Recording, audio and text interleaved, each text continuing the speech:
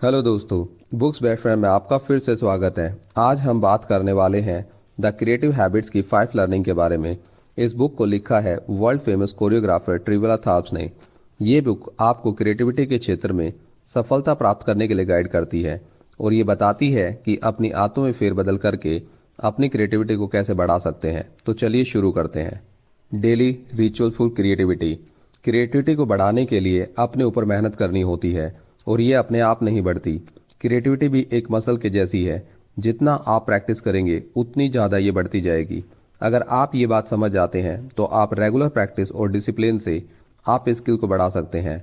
जब आप कोई भी डिसिप्लिन फॉलो करते हैं तो ये आपके रूटीन में बदल जाता है और जब आप डेली क्रिएटिव प्रैक्टिस में इन्वॉल्व रहते हैं तो आप अपनी बाधाओं या प्रॉब्लम पर काबू पाकर नेचुरल फ्लो ऑफ थॉट को डेवलप कर सकते हैं।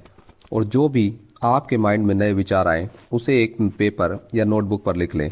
जब आप इनको नोटबुक पर लिखते रहते हैं तो आपको अपनी क्रिएटिव आइडेंटिटी के बारे में पता लगता है। इस तरह डेली रूटीन के कामों को ऑब्जर्व करके अपनी क्रिएटिव आइडेंटिटी को पहचान सकते हैं। और जब आप ये पहचान जाते हैं कि आप किस काम के लिए बने हैं और कौन सा काम है जिसको आप दूसरों से अलग ढंग से कर सकते हैं कि जैसा कोई और नहीं कर सकता, तो यकीन मानिए आपकी सफलता को कोई नहीं रोक सकता। Commitment lead to success. सफलता उस मंजिल की तरह है जिसे स्ट्रॉन्ग कमिटमेंट से हासिल किया जा सकता है। एक स्ट्रॉन्ग कमिटमेंट से आप अपने गोल पर टिके रहते हैं और किसी भी चैलेंज से हार नहीं मानते। जब आप पूरे दिल से अपने गोल के प्रति कमिटेड रहते हैं तो आपका हर एक एफर्ट मायने रखता है और आपके गोल के करीब लाता है। अपने आप से क्रिएटिव बनने का कमिटमेंट करें और आप ये सोचें कि आप में क्रिएटिव पावर है और बस कुछ क्रिएटिव करने की जिद पर अड़ जाएं और अपने दिलो दिमाग को किसी भी नए चेंज को अडॉप्ट करने के लिए तैयार रखें। Self reflection enhance creativity. Self reflection से आपकी क्रिएटिविटी बढ़ती है।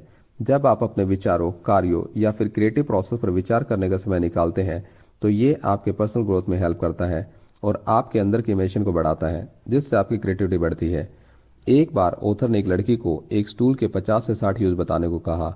शुरू में जो उसने यूज बताए वो बड़े ही कॉमन और आसान थे, पर उसके बाद जैसे जैसे उसकी इमेजिनेशन आगे बढ़ती गई वैसे ऐसे यूसेज सामने आए जिससे ज़्यादातर लोग सोच भी नहीं सकते थे। आप भी अपनी इमेजिनेशन का एक्सपेरिमेंट करके देखें, हो सकता है आपको भी चीज़ों को देखने का एक नया नज़रिया मिल जाए। Creative routine.